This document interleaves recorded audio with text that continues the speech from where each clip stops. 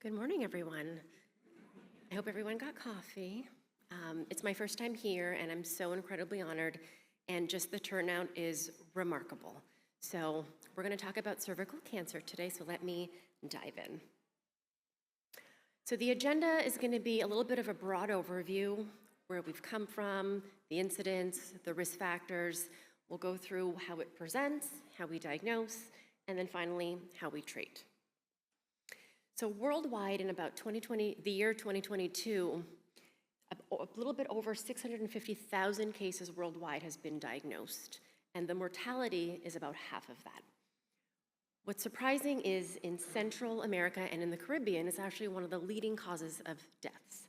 However, good news is that it is preventative and it can be cured. So that, I think, is one of the biggest take-home messages today. If we look at the map, the blue, so darker blue, means higher incident, more cases. So what are the risk factors? Dr. Wise had alluded to many of them, but HPV is the biggest risk factor that we have. There's certain virulent strains that are more virulent, so they're higher risks of developing cervical cancer, mostly 16 and 18. If we have an immunocompromised patient such as HIV, smoking is one of them, and more sexual partners actually increases the risk of developing and getting HPV, in addition to a chronic inflammatory response in the cervix that also can lead to more cancer cells. So what can we do? When I was asked to give this talk, I said, you know what, let me really dive into the Caymans and see how we are an extension of them. And I was so happy to see that we are really changing the way that we screen women. We're raising awareness. So in itself here, if we go to the HSA, we can get screened. You can get a pap smear. You can also get Gardasil, which is preventative vaccine. I got Gardasil, and it's been a couple years out. It's a very quick vaccine. You get it in 2 series, and it is preventative. So with cervical cancer, it's a viral oncogene, HPV, strain 16 and 18, and that's exactly what Gardasil targets. So how do we present? A lot of the times you will have no idea that you have a cancer. So that's why it's so incredibly important to get screened. Pap smears is the biggest thing that we can do to get screened. However, if you are experiencing symptoms, a lot of them is bleeding. It's postcoital bleeding, you may have a pelvic mass, so asymptomatic, but if you do have symptoms, it is bleeding. So how do we diagnose? With the majority of cancers, we need tissue diagnosis. So a lot of the times you do still need to see a gynecologist. Maybe you may want to start with your primary care, talk about how you're feeling, your symptoms, and at the end of the day, always with a biopsy. So treatment. You're going to see that the treatment slides are a little bit busy, so I'm just going to summarize most of them. But when we're diagnosed with an early stage cervical cancer, the treatment gold standard is surgery. A lot of the times you will not need adjuvant, meaning after surgery treatment. However, if you do have high risk factors, then what Dr. Wise had already mentioned, the combination of chemotherapy and radiation is the standard of care. So which patients do we offer types of treatments, chemotherapy and radiation? We look at different risk factors. So we look at the lymphovascular space invasion, how many vessels it invades. We look at the size of the tumor. So those are intermediate, and then we have high risk factors. If at the time of surgery you had positive surgical margins, if you had lymph nodes that were involved, or if you had involvement of the parametrium. This is a study, if you look at the top line is chemotherapy and radiation combined. The bottom line is just radiation.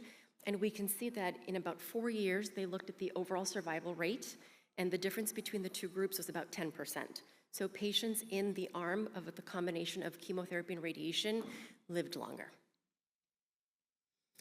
I'm going to move on now to what we call a locally advanced cervical cancer. So that's a stage 1B3 to stage 4. And a locally advanced, these are just the definition of what that means. So if it's the size, bigger than 4 centimeters, if it invades beyond the cervix, if it extends to different adjacent areas, or if it invades into the bladder or the rectum. So treatment for a long time has been chemotherapy and radiation for these patients. This is a study that actually looked at radiation with a combination of cisplatin, which is chemo. They looked at radiation with two different types of chemotherapy, cisplatin and 5-FU, and they added hydroxyurea, which is well known with our sickle cell patients. The other arm is just radiation with hydroxyurea. The arm that did the best is the one with radiation and with chemotherapy. A lot of the times we kind of dropped the 5-FU just because of toxicity. So patients do a lot better with one type of chemotherapy, cisplatin, with radiation. Now, what about immunotherapy? Immunotherapy is a medication that has been in the forefront for a lot of solid tumors. So for example, melanoma, renal cell cancers, and lung cancers. This is the first time that we're actually really incorporating it in other types of solid tumors. And for us, it's women's health, so gynecological cancers and cervical cancer. So the biggest one is what we call pembrolizumab. So traditionally, we know chemotherapy, it doesn't discriminate good cells, bad cells, so you do get a lot of added toxicity. Immunotherapy, how I like to describe it, is it overstimulates, overactivates the immune system to fight off cancer cells. So our body naturally, we have what we call a very robust immune system. So we have these cells that look at the entire body, and they say, you know what, your cell doesn't look pretty, we're gonna throw you out in the garbage. So cancer cells are foreign to us. So ideally, it should actually, our immune system should actually get rid of our cancer cells, but our cancer cells are smart, so it actually evades the immune system. So with the advent of immunotherapy, when it overactivates the immune system, that's when we actually go and target these cancer cells. The other question that I'm going to answer with another couple of slides is, what if we don't have access to immunotherapy? Then there are other studies that show that if we do a combination of chemotherapy by itself before adding radiation and chemo, then it also shows similar overall survival than with also immunotherapy. So this is a study. It's a gynecology oncology group study, 3047, and a keynote A18 that took patients with locally advanced cervical cancer. We screened about 1,000 patients. There was 2 different arms. One of them was with chemotherapy and radiation plus immunotherapy, so pembrolizumab is immunotherapy, or a placebo, meaning we had no idea if patients got immunotherapy or not, but every patient got the standard of care, which was a combination of chemo and radiation. And then we looked at overall survival and progression-free survival. This is just a slide to show that each arm of the study was about even, about 500 patients were allocated to each arm, and they were screened appropriately.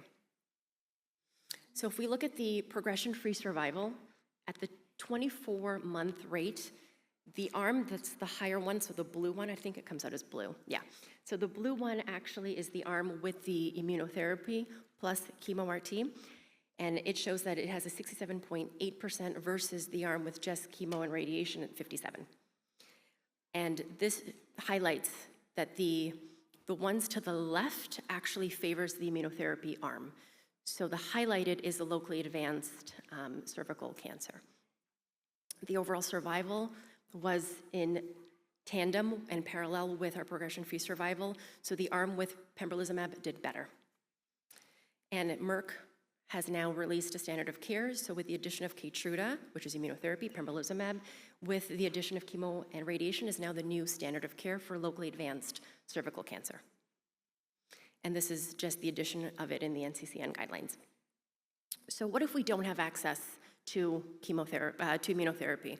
This is an interlace study, very busy slide, I apologize, but it also shows that if we add 5 to 6 weeks of chemotherapy alone before doing radiation and chemo, that it does show a survival benefit and a progression-free survival benefit. So now let's shift focuses to patients with metastatic, meaning that the cancer has spread to different parts of the body, if it's recurrent or if it's persistent. So standard of care is chemotherapy, so a platinum-based combination tends to be carboplatin and paclitaxel with bevacizumab, which is an antibody that inhibits the growth of blood vessels with an immunotherapy, so an immune checkpoint inhibitor. So just to look back at over the years, when we add chemotherapy as a backbone, we've seen a better overall survival than when we've added the bevacizumab, which is the inhibitor of growth vessels, at an overall survival benefit. And now with the study of the KEYNOTE-826, with the addition of immunotherapy, it also shows an overall survival benefit. So this is the study that really honed in and looked at the next new standard of care for these types of patients, which is the KEYNOTE-826. So very similar, patients were randomized. They were randomized to immunotherapy with chemotherapy as a backbone and immunotherapy. The other arm, same thing, except it used a placebo instead of pembrolizumab. And the studies really looked at what we call a CPS score, or PD-L1. So immunotherapy overstimulates the immune system. It looks at what we call program death ligand. That's the PD-L1. It's like a fancy term just for the way that we target our cells with our immune system. So there's different staining patterns that the pathologist will look at, and then they will categorize it. So if you have a lot of these immune cells, you have a CPS score of greater than 10. This study looked at a population with a CPS greater than 1, and it showed a better overall survival and an overall progression-free survival.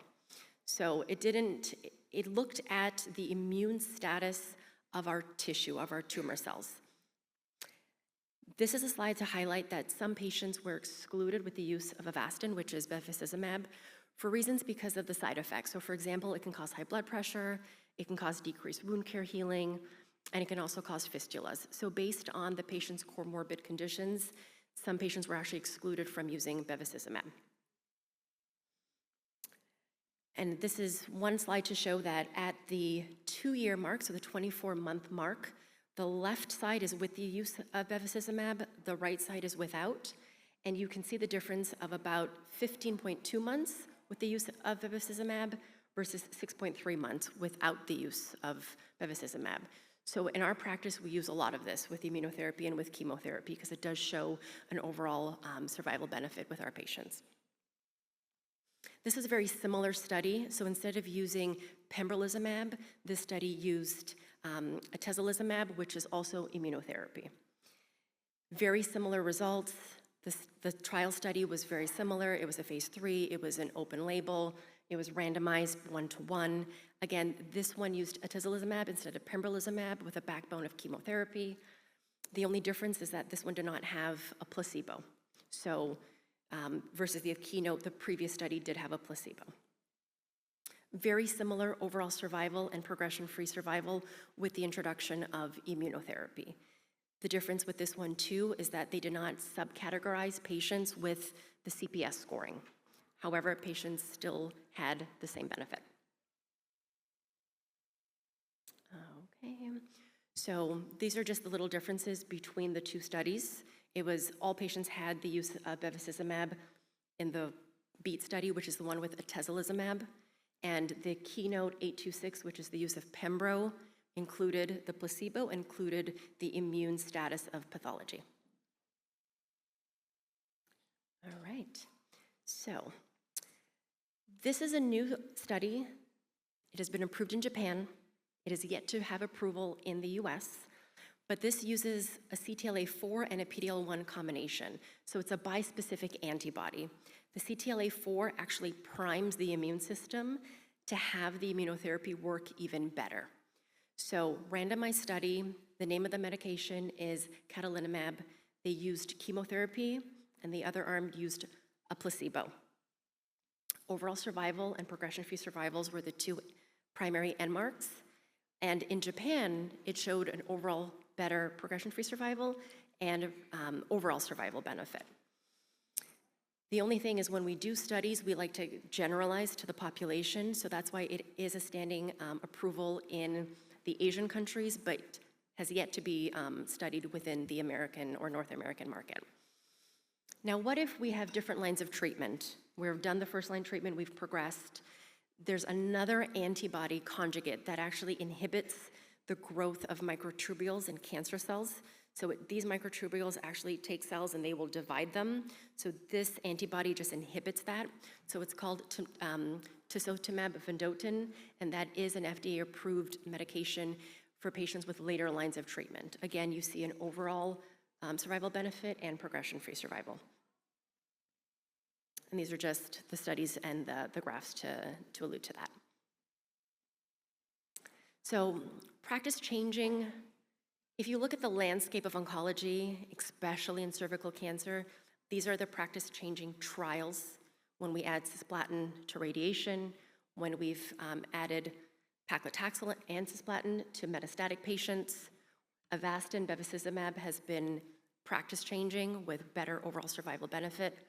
And then we have the advent of immunotherapy. Immunotherapy has been great in many solid tumors, and it shows the same thing in our gynecological cancers.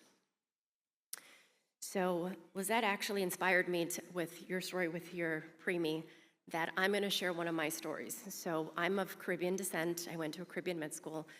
My parents are from Trinidad. And I remember my second year of med school. I went home for Christmas and my mom goes, you know what, like I kind of feel something. I don't know what it is. I go, Mom, like let's go to the doctor, let's get a biopsy. So she got the biopsy. I went on my merry way, went back to Grenada. And then she goes, you know what, I'm gonna have surgery. I go, well, is it cancer? She goes, no.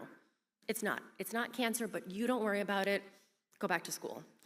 And me being me was like, you don't just have surgery for something that's benign. My mom just never wanted to say the C word. They never wanted to talk about a cancer. And I find with different cultures, it's very common that they take that burden onto themselves and we just don't talk about it. So the biggest thing here is just raising awareness, talking about it, empowering women in our family, talking about your family history, and it's okay. Because at the end of the day, we have prevention, right? So please get your pap smears with screening. We have Gardasil. Cervical cancer is one of our viral oncogenes that really persistent and can cause cancer, and we have a way to prevent that. If you are diagnosed, and you're diagnosed early, it's curative.